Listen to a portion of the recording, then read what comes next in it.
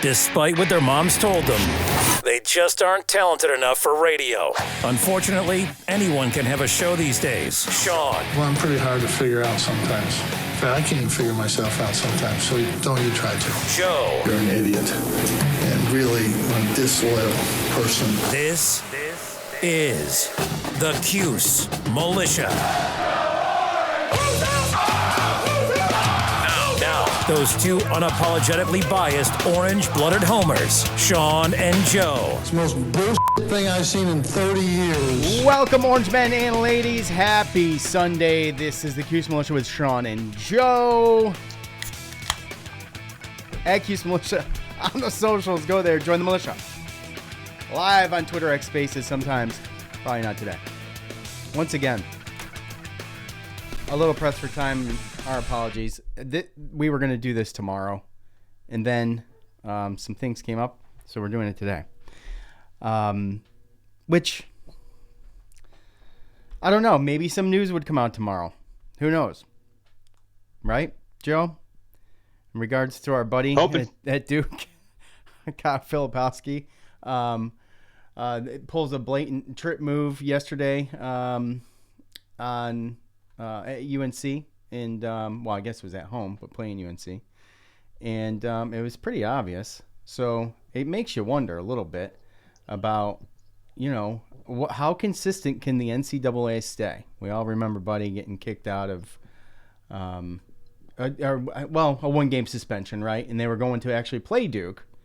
And, you know, what ended up happening is we lost that game. And so, yeah, well, there's that, right?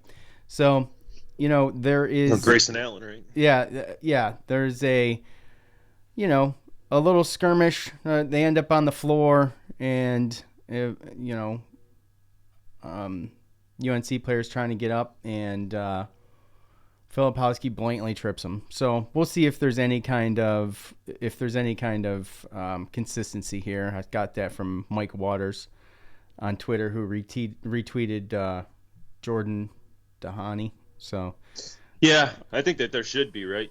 I mean, to just speak to it really fast, like we saw even with the court storming. Remember, he was the victim in the court storming. Well, you slow it down, it looks a little bit more. Sketch. Yeah, a little bit. Right. A little bit. And then, that he comes back, and then obviously yesterday, I don't know what it looked like, full time, or normal speed, but right. The video online, it's a slow-mo, and I'm sorry, but that doesn't look to me like he's naturally trying to get up by swinging that leg up there like that. So it's not how you get up. So yeah, I don't know. Hopefully the World Wide Web and the Twitters and the Facebooks and, everyone, especially after the end of the game with the Duke fans, I think that, there's a lot of teams, a lot of fan bases that aren't really a big fan of Duke and the crazies, and they think that they're, they have a little bit of privilege and stuff like that. And, the only thing I worry about is Grayson Allen. He did it multiple times, I feel like, before he got he was just a dirty player that got caught multiple times, sometimes got away with it. But considering, how close this was between the court storming and now that, I think it's valid to say that, it should be looked at. And, if Kyle Tripakowski, if he ends up getting suspended for a game, it could possibly be the game that, we play them.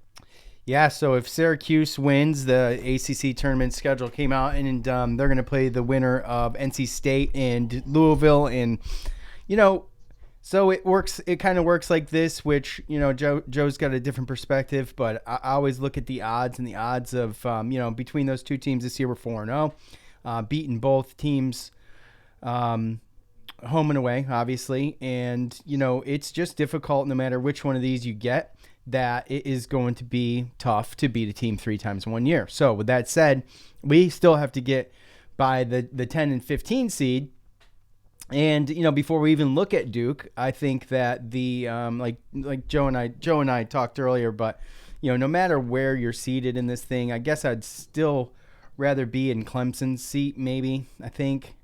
But, Just because of the second game, not because of the first game, but because of the second game. All four: NC State, Louisville, Boston College, and Miami, who are in the other two in the other bracket there. I mean, it's going to be tough no matter what, and that's the thing about the ACC, and it just speaks volumes, I think, to the ACC, which is, there's no real easy road. I mean, if you get a two-round bye, that's obviously going to be a little bit easier. But even if we get past NC State or Louisville, and then let's just say you get past Duke, well, now you're looking at playing, possibly, most likely, Virginia or Clemson. And, Clemson were 0-3 against those two teams 3 times this year. So, right. I mean, there's no real easy road to look at. But, Syracuse has got to do what Syracuse has got to do. And it comes down to how they perform in this tournament.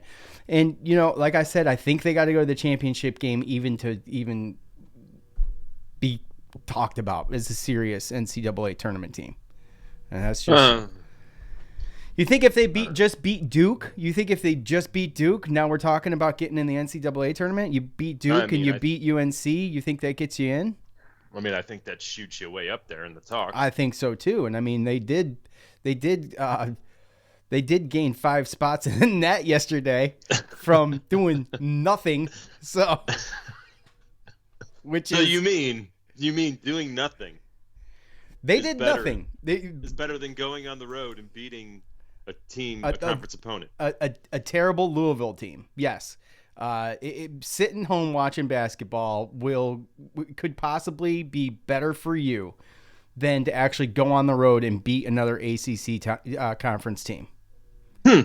Interesting, isn't it? Riddle me that. Well, here's the other thing, and this is your point. This is the point you brought up earlier, and that is that we went up 6 spots when we beat UNC at home, and we go up 5 spots yesterday. We didn't dribble a ball. So, it's wacky, man. It's wacky. Yeah. And we're done. Dude, I think we're done with the net stuff, but still. Bro, the problem is this. The problem is that the net just keeps sucking you back in because, we talk about it and then we're like, all right, we're not going to talk about it anymore. Okay, yeah, we get it. Like, I'm not going to go down the road of, talking about a bad non-conference schedule and all that other stuff. We've already hit that up. But it just seems like the days in between every podcast that we do, it just seems like there's something wild, there's something wacky that happens that doesn't make sense. You feel like you got to bring it up because we're still looking at it, right? Yeah, obviously, yeah. So it's like when you look at that and you start seeing just look at it. Just look at it. Yeah, it just doesn't make any sense. Like, I'm not going to go through the whole thing, but people listening, go to the net ranking, NCAA net rankings, and you find Syracuse and find Xavier, and just compare those two and tell me why it is the way that it is, right? Well, Syracuse goes from 84 to 79, and help me find Xavier on here real quick, if you would. Geez, are they that far up there? I think 65. Oh, yeah, 65. Okay, hold on. You told me that earlier. Yeah, so, right here. So, yeah. I mean, there's no rhyme or reason. I think we've kind of cleared that whole thing up. But you could there's better examples than Xavier, by the way, I believe. But you would assume looking at this that Xavier's on the bubble, if not a probable in on the tournament, right? No. I'm saying by looking at this, when you look at this, that should be a better gauge. And what I'm saying is it's not. Right. Well, I mean, they don't even it out enough. Obviously, you don't go back. I mean, a lot of people look at this as like the rankings, right? Like, yeah, you can't do that. No, they can't. They're 15 and 16. They have a losing record. They're not going to make the tournament. They're not going to make the NIT unless they win the Big East tournament. And the only real reason that I could tell that they're still in the 60s is because of where they started, which means that they're underachievers. I mean, to me, if you're that high and you're losing those games, you should be falling a lot faster than that. But hey, I don't make this crap. So. Well, what do you think about? So look, we got the Kyle Tripakowski thing going, right? And first time I saw that too was Newton's, which was brilliant. Wish I'd have got on that a whole lot quicker, but I didn't. So credit to them, because that's spreading like wildfire right now. So, right? I mean, golly. When you look at this, I just feel like, and then we kind of had a feeling that no matter where we ended up or what we did, even if you do get a 2-round bye, there's no easy way for Syracuse. And we're gonna have Syracuse will play Tuesday. This says 6:30, but the thing that I got, but I think they're gonna play at 7, Joe. It's 7:00. So the winner on Tuesday, and you brought up a good point too earlier, and the fact that it's the resting time, which we kind of brought up before, but we didn't know exactly how it was going to look. So both these teams played yesterday, right? Yeah. And they're going to have a day of rest before a day of travel, and they're going to be back at it in a neutral gym on Tuesday afternoon. And they're gonna have to duke it out, and then the very following day, they're gonna have to play a very rested Syracuse team, and that is obviously advantage orange, and that's the one thing I think that Syracuse has going for them coming into the second round. So, it's still Duke without Filipowski. First of all, I wouldn't bet a dime that's even going to happen. Suspended. Yeah, but we're going to test this whole thing is going to test the integrity and the integrity and fairness of the NCAA or consistency, I should say, probably, of the NCAA. Yeah, that's how I look at that. So 100%. It'll be interesting to see what happens there. Yeah, well, yeah. I mean, because I feel like if that's a Syracuse player, he's suspended, right? Oh, I believe so. Yeah, I feel like if there was more national news that was talking about, oh wait, when they stormed the court, look what he did, right? Like, I mean, we talked about it, and there was some stuff, but I mean, the national media didn't talk about that stuff. All the national media was talking about was, just like you said, trying to arrest court stormers, right? Yeah. So, like, you heard more about that than anything else. You heard more about the NCAA having to change the rules than you heard, well, hey, he stuck his damn foot out and tried to push this kid, and that student just slid across the court 10 freaking feet, it's right? At least 10 feet. The dude slid. So it's like there was no talk about that. And like I said, and yesterday you could tell it was pretty damn blatant. So, hopefully, we push this narrative, and hopefully, anybody that's listening to this throughout the whole week, just push it. And then hopefully they talk about it today, and, hopefully something does happen, because I think that that's really going to give us the best chance to beat Duke for sure.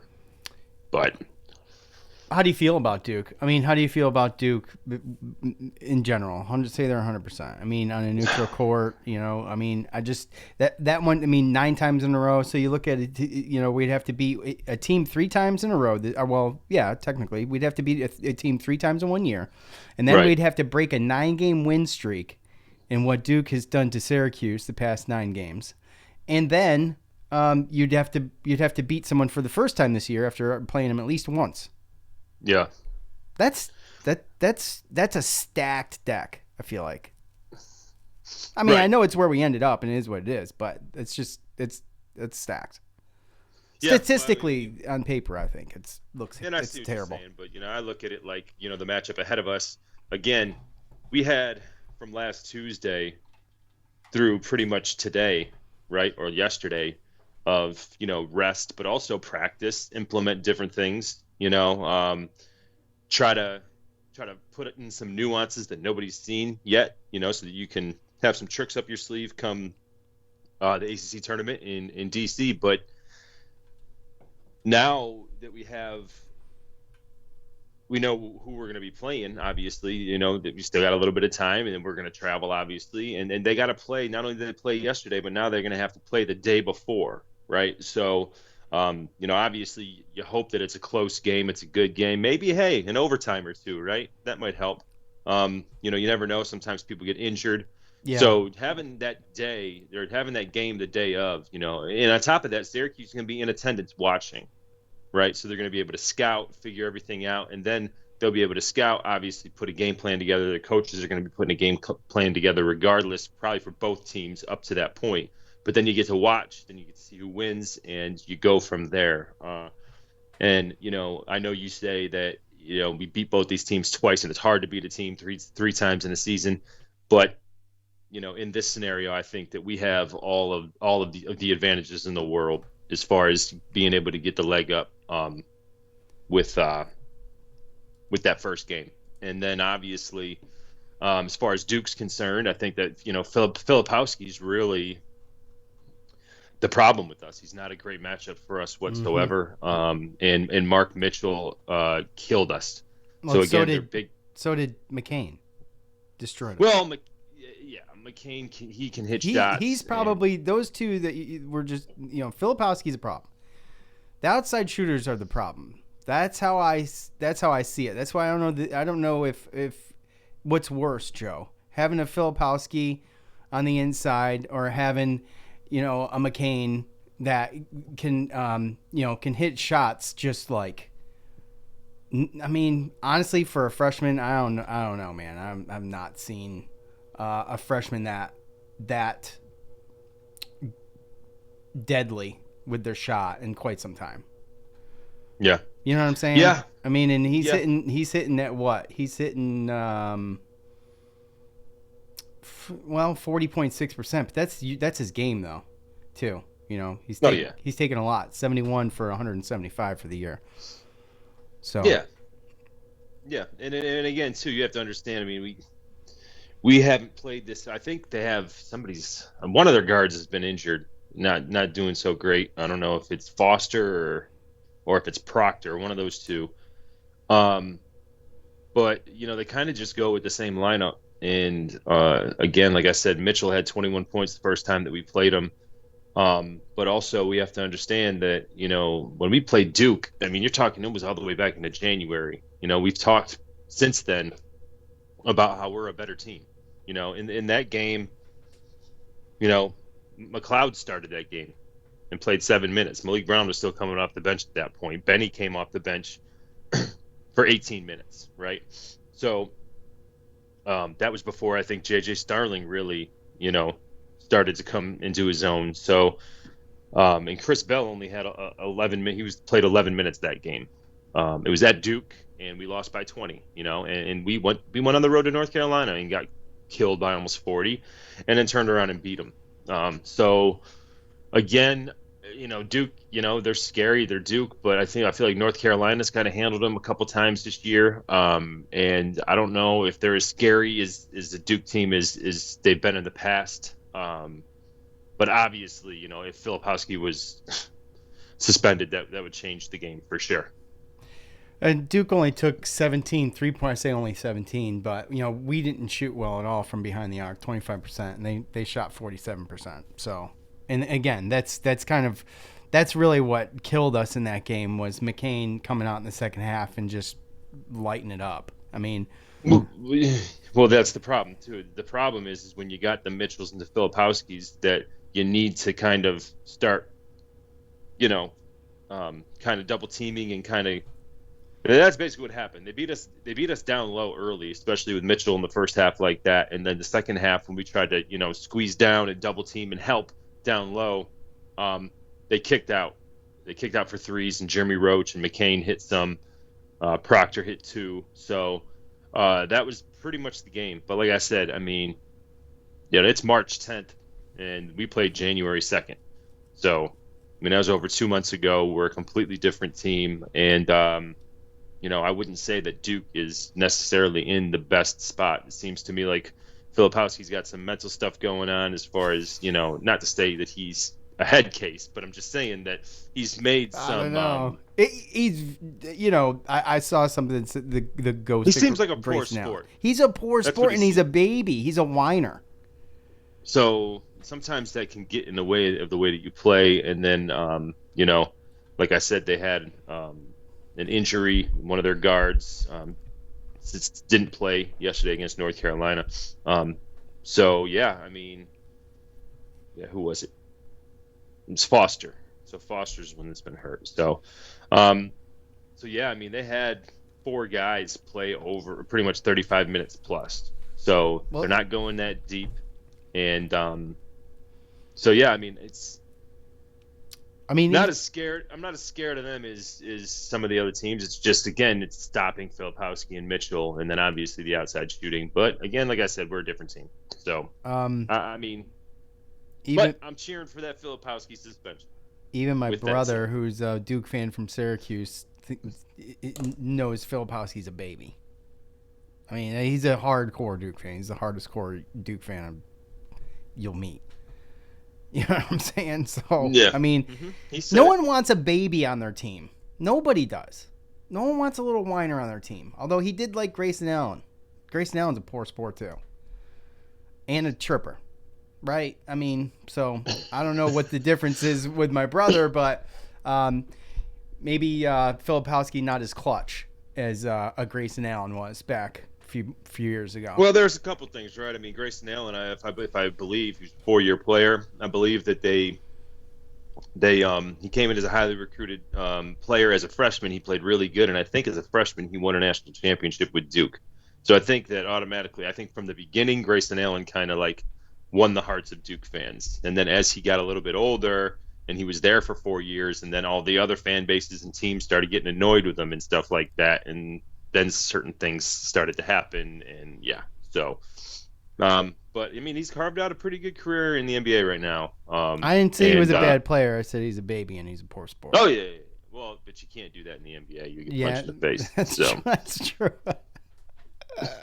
So, and I haven't heard anything in the NBA about him doing that. There was something. There was something. It was a couple years ago, but that, like you said, that stuff gets cleaned up quick. But anyway, if I didn't hear his name ever again, it'd be too soon. So, anyways, let's let that one go.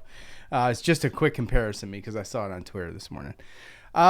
So, anyways, I mean, that's pretty much it. I will be honest though, and I'll say that the conversation that Joe and I had earlier was way better than this one. But this is the gist of it. I don't think so. We just relived it. Kinda. It was good. We talked about cheerleaders kicking dudes in the faces and whatnot. Yeah. That's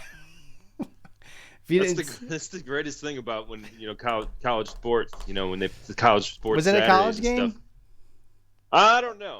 If it was. You get around this time and there's the weekend games and everything. And Sunday morning, you're sitting down and drinking your coffee and you start looking at all the trending videos and all the things that happen. It's pretty entertaining. There's usually a lot of real good ones, a lot of stuff that you miss. But yeah, girls getting kicked in the face. Well, a girl kicked a player in the face. Yeah.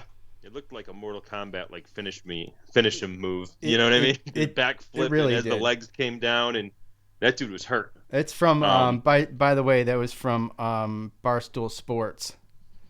So, here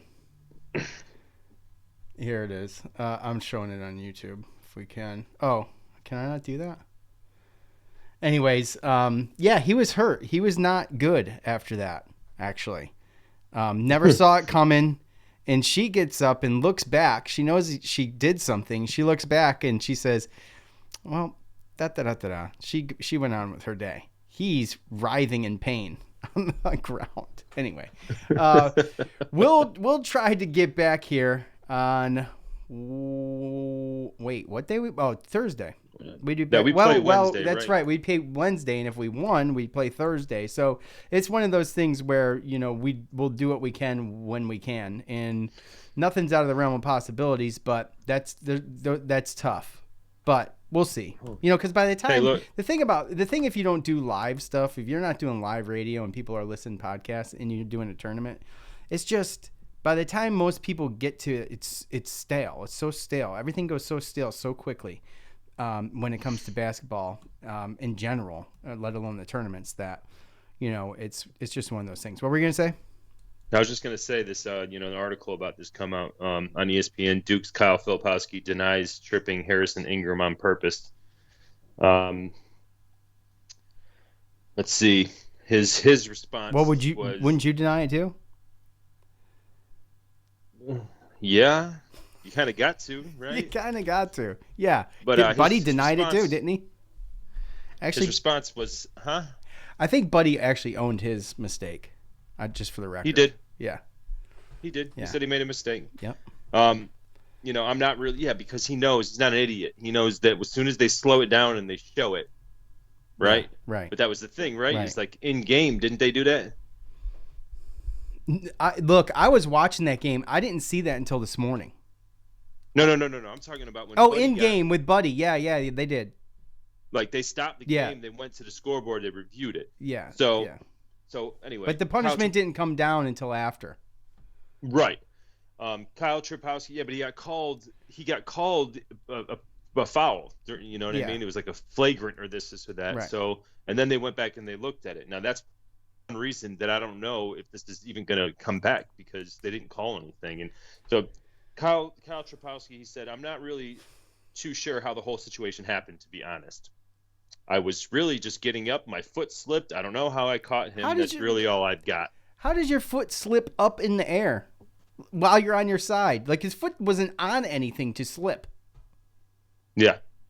I mean, this is Mike Waters. Okay? And good on Mike Waters for, bringing this up.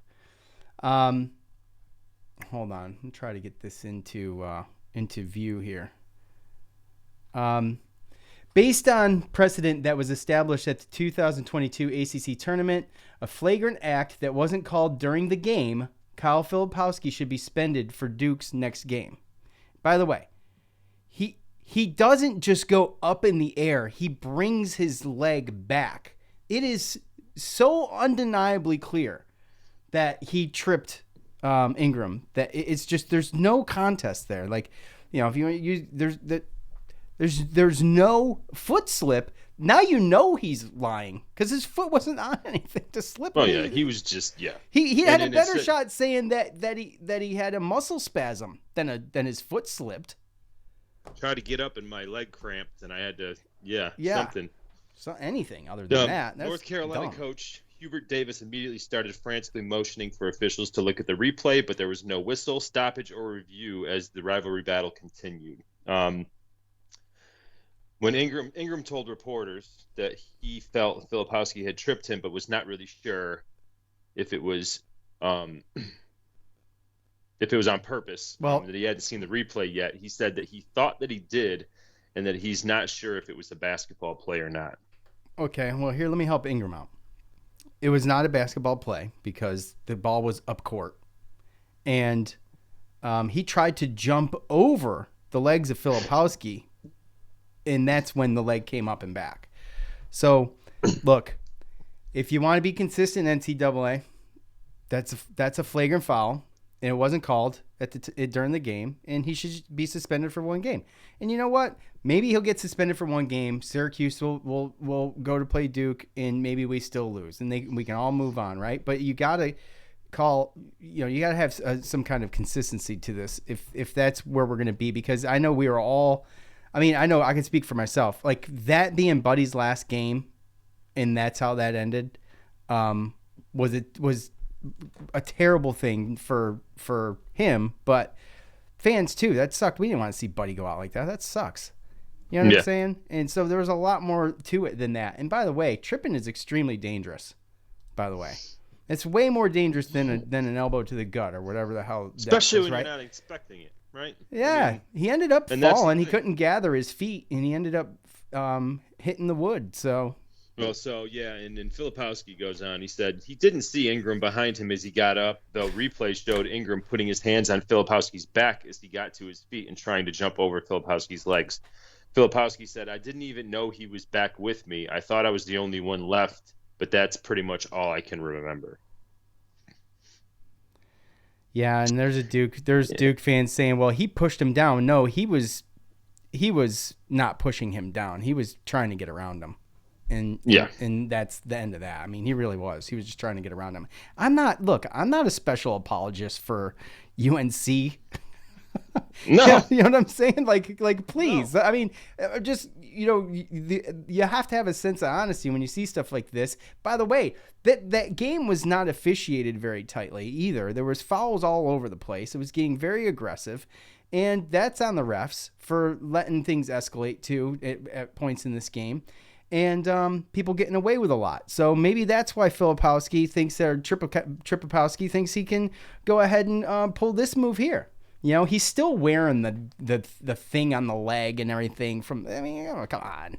What the hell are we doing here? By the way, there are fans too after the game, Joe, and we looked at the you did. You looked at the what led up to the behavior of the fans that were throwing water and whatnot, not just on UNC players or trying to reach UNC players, but all over broadcast people's equipment and everything. I mean, look, this is a classless group right here.